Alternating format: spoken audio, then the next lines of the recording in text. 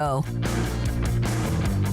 Sam Kahn, theathletic.com, joins us, covers college football, has been to Baylor, been to TCU, and also Houston in the last couple of weeks. We'll have write-ups on them.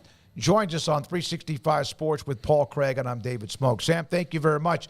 How would you describe at least the first 24 hours or so of this early portion of the spring transfer window? I think it's manageable more so than the winter window. And I'm not really surprised by that because we are now in a place where we've had these windows for a little bit. We've had portal activity and the unlimited transfer rule obviously is known. I mean, I feel like even though you weren't supposed to have unlimited transfers, I feel like a lot of people were transferring multiple times already before this and getting waivers and such. So I feel like we've been at this a few years now, even though some of this is still evolving and new. I think there's enough, at least at the Power 5 level or Power 4 level, I should say, there's enough programs that have a grasp of this now. And with the collectives and with all the stuff that goes into it with NIL, I think people understand how this works now. And so I saw a lot of commentary yesterday about how there wasn't a lot of fireworks, but I'll be honest, I wasn't expecting a lot of fireworks because I think people understand how this works now. The collectives have settled a little bit. The coaching staff, the recruiting staff, the player personnel and scouting departments, head coaches, they all understand how this works, and the players do too. And I think there is a little bit of a settling, and I think we will see this as the years go by. I don't think it's going to look like it did the first 2 years of the one-time transfer rule in the portal because we're all getting more used to the effects of it. Yeah, the big news from today, Sam, would especially in this neck of the woods, would be Damonic Williams from TCU planning to enter the portal, and his is probably opportunistic on the fact that everybody needs defensive tackles right now. But how huge a loss is this for the Horned Frogs? Yeah, it's a big one. I mean, the guy started every game in the last two seasons, including every game of that 2022 team that went to the national championship game. And that though guys like him they don't just sprout up out of nowhere. You can't just go get another Damonic Williams, especially at a Big 12 school. Maybe if you're Alabama or Georgia, maybe you have a better chance of getting another one of those guys. But at a TCU, it is harder to get those guys. So it is an impact loss for them. It is a little surprising to me. I was over there, just a few days ago, and I had not heard any rumblings of this coming. So this is going to be a little bit of a hole in new defense coordinator Andy Avalos' defense, and they're going to have to compensate for it. How's TCU feeling heading into year 3 of Sonny Dykes? Since you mentioned that you just were around the program, really a tale of high in year 1 and a low in year 2. Where do they kind of find themselves? Right in the middle? Yeah, I think there definitely was a wake-up call in 2023. And I got the sense that I think maybe they were, and Sonny Dykes I think would admit this, there was a little bit too much assumption that culture would carry over from 22 to 23. And that just because you went and got a bunch of talented players in the portal and you brought some guys back, that, hey, it's all just going to magically happen again. And that approach combined with, some staff changes and things like that, it really, I think, made a difficult go at it in 23. And also a lot of close games. A lot of things went right for them in 22. They had a lot of one possession wins, games that came down to the wire, or games that they had to come back to win that they ended up pulling out. Well, last year they had 4 losses by 1 score. And so some of those games went the other way. And I think a regression was expected, but to regress to the point to where they were 5-7, I think was a shock to a lot of them. But I think what I see now is an acknowledgement that, hey, we do need to be better about fostering a culture and understanding that as these rosters are more transient, players come in and out, that we cannot just assume that this is going to take hold. And players too can't assume that, hey, just because we got to the championship game last year, it means we're going to automatically be good without doing all the same things that team did the year before. I think that realization is there. Now, how good will they be? Gosh, it's anybody's guess. I think they'll be a better team, but I don't know that I'd be ready to say that they're going to be a 10-win team. I will say that the talent on the roster overall, as I watch them move around, looks pretty good. We had Jared Wiley, who will be drafted, you would think, at some point late next week on the show at Big 12, the Pro Day. He actually said that he felt that they had just as much talent, but they had terrible upperclassmen leadership, and he also pointed at himself. Dykes make any comments about that or anyone else? I think there is definitely a void of leadership. I definitely heard that. And that didn't surprise me, though, because when you lose Max Duggan, who was a multi-year starter, Quentin Johnson, who was a multi-year starter, Kendre Miller, Steve Avila. I mean, you go down the list, the D. Winters, Dylan Norton. There were so many guys that were multiple-year starters who had been together. Travius Hodges-Tomlinson's another. Yep. It is just – those are what I call heart and soul guys on a team. And I don't care who you are. When you lose that volume of guys from one roster, it is damn near impossible to replace. Like, I look at a team like Texas, like, did they lose some guys? Yes, they're losing Jalen Ford, and they're losing Jatavian Sanders, and they're losing Jordan Whittington. But they still do have a lot of key guys from that team last year coming back that's going to help them.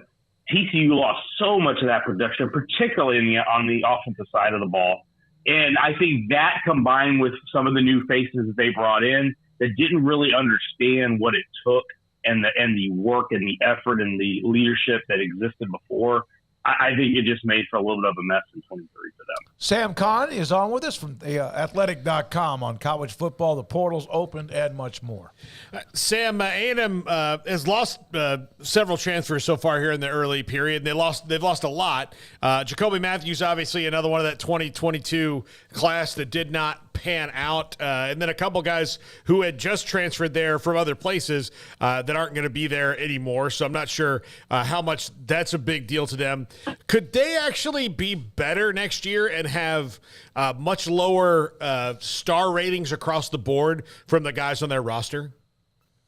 Yeah, I do think they can be better. I think that's one thing that bringing Mike Elko in will do, and the staff that he has constructed is that I think they're not going to be as up and down.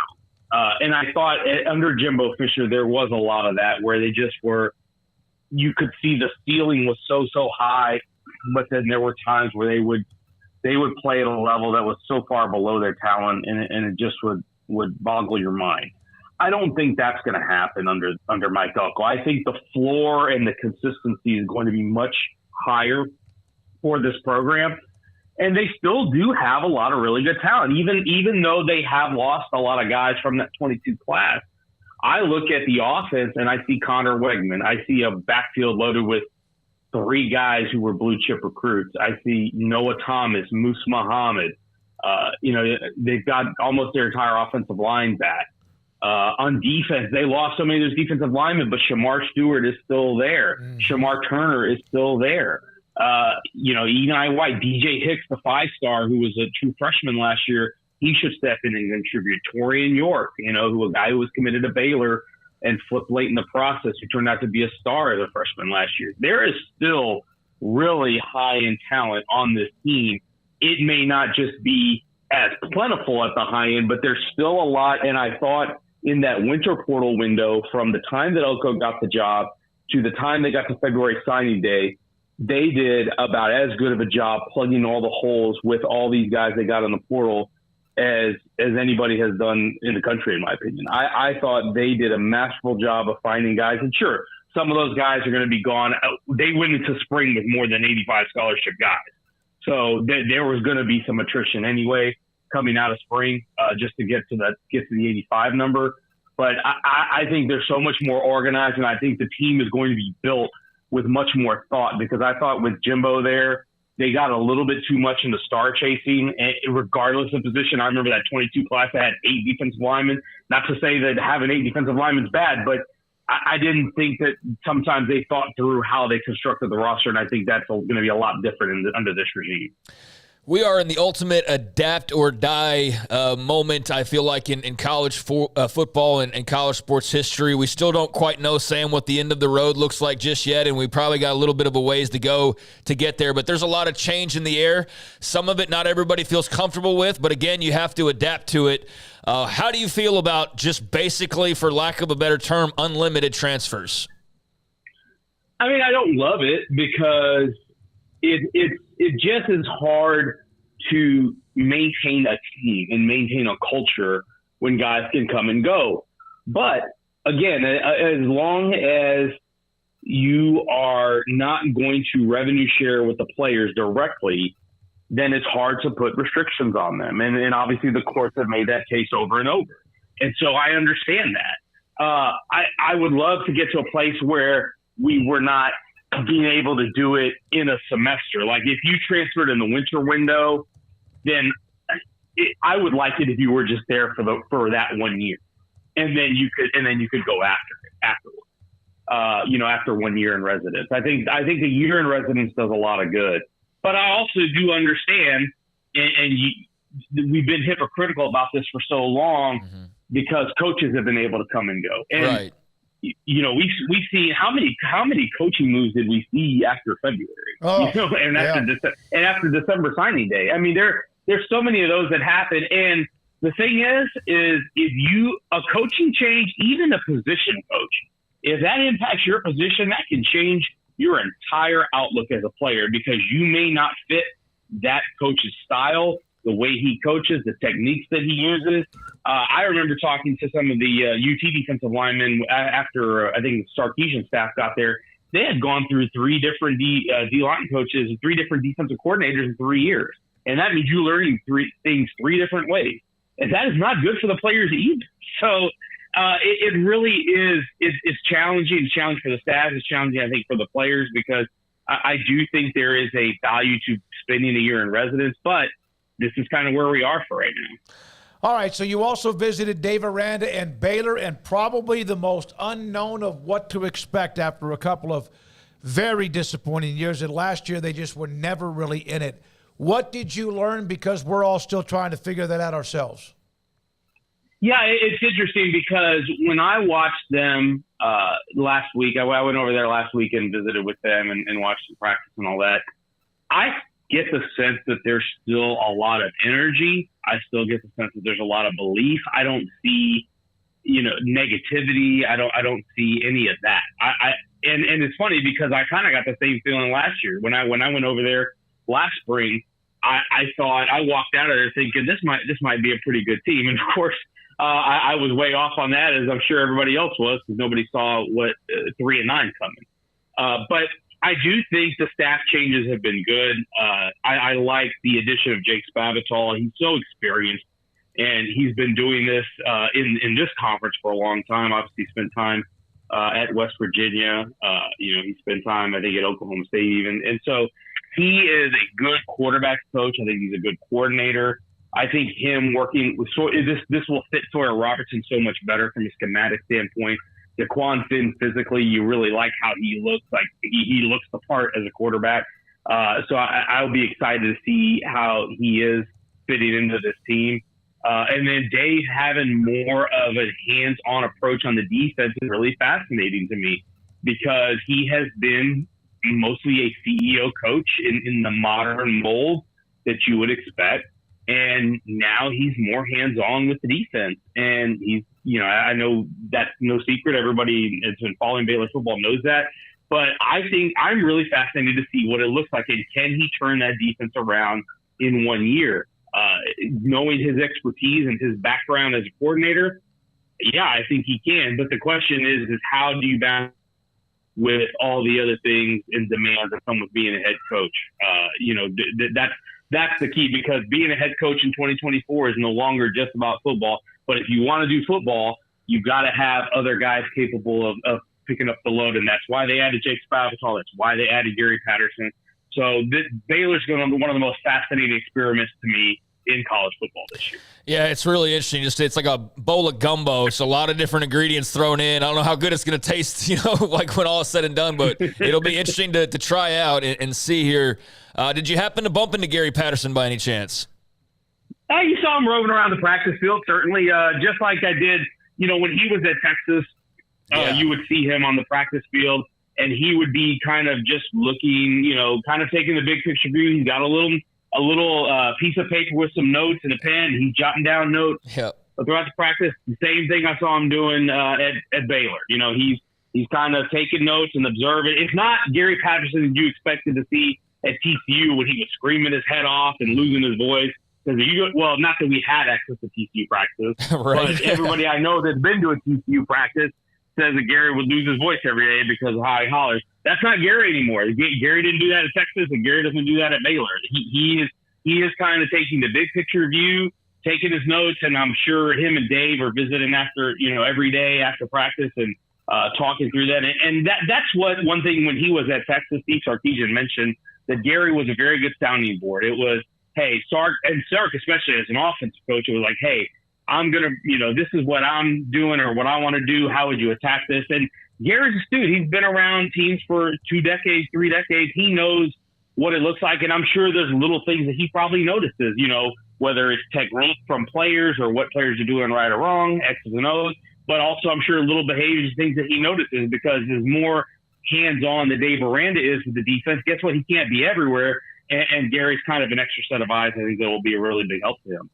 Sam, how much of I don't want to say make or break. That's as much, but an interesting year for Joe McGuire and Texas Tech, 2024 could be because they've shown positive growth, but they're not they haven't broken through yet. Yeah, I think it's a really big year because there was so much enthusiasm around the hire, and Joey McGuire, obviously, as you guys know, a very excitable guy. Easy to rally around because of his personality. And I think, really good, solid first year. Last year, a lot of the quarterback injuries, you wish they had been better. They didn't live up to the expectations that some of us put on them. And myself included, we probably jumped the gun a little bit, proclaiming how good they were going to be last season. Quarterback injuries played in that as well. But I think, in year 3, you've been recruiting at a high level. You've had a stable coaching staff. They haven't really lost much, either on the offensive or defensive staff. Yeah, I think it's time to take a big step forward. I think it's time to start being a real contender in this conference, especially now that Texas and Oklahoma are no longer there. This is a wide open conference.